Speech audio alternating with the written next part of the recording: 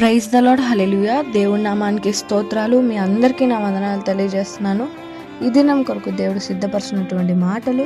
ప్రియ సహోదరి సహోదరుడా, ఈ భూమి మీద దేవుని యొక్క జీవాత్మలో నింపబడి ఉన్న నీవు కేవలం భౌతిక సంబంధమైనటువంటి వాటి అందు మాత్రమే దృష్టి నిలుపుచున్నావా, లేదా రక్షింపబడినటువంటి నీవు దేవుని కొరకు మాత్రమే జీవించాలని యోచిస్తున్నావా?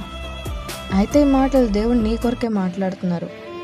యేసుక్రీస్తు శరీరం బట్టి దావీదు సంతానముగాను, మృతుల్లో నుండి పునరుత్థానుడైనందున పరిశుద్ధమైన ఆత్మను బట్టి దేవుని కుమారుడిగాను ప్రభావంతో నిరూపింపబడెను.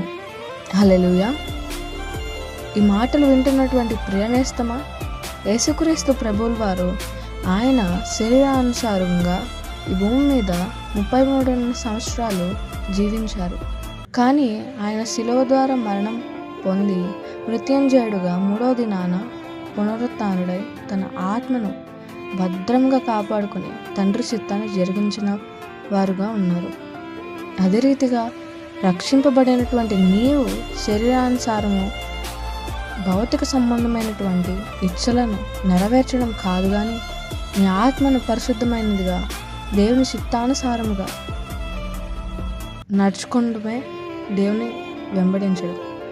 అట్టి క్రియలు నీవు చేయుట ద్వారా మాత్రమే నీవు దేవుని కుమార్తెగా కుమారుడుగా పిలువబడతావు. అట్టి కృప దేవునికి దయచేయునుగాక. ఆమెన్.